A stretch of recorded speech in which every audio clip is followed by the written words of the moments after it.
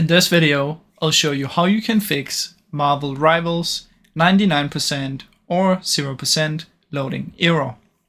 Now the way that you can do this is you want to right click and go to Properties, Installed Files, and if you have 2 or more drives, as you can see here, if you go to my PC, this PC right here, you can see I have a C drive and a D drive.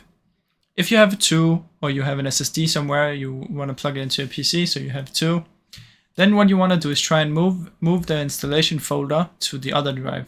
So if you have it on the C drive, you want to move it to your D drive, and if you have it on the D drive, you want to try and move it to the C drive. You can do that by just pressing Move Installed Folder, and this should help fix the issue. Now if this doesn't work or you only have one drive, then what you can do is press Verify Integrity of Game Files and see if that one works. If it doesn't, you can head back to General and type -dx11, see if that works, and if this doesn't work, just delete it. Head back here and go to Browse.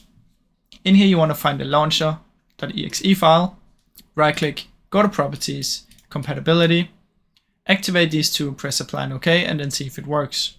If it still doesn't work, you want to run this program in compatibility mode, press Apply and OK, and see if this one works. Now after you've done all of this, it should hopefully work, and for what I've seen, it works moving it to another drive most of the time for most people. But like I said, if you don't have the option to do that, just follow one of the other steps and hopefully it should fix it. Now keep in mind this is a new game, so there might be some errors, and sometimes all you have to do is just be patient and they will fix it on their own. Now I really hope you enjoyed this video. If you did, please leave a like and subscribe, as it helps me out a ton. Thank you so much for watching.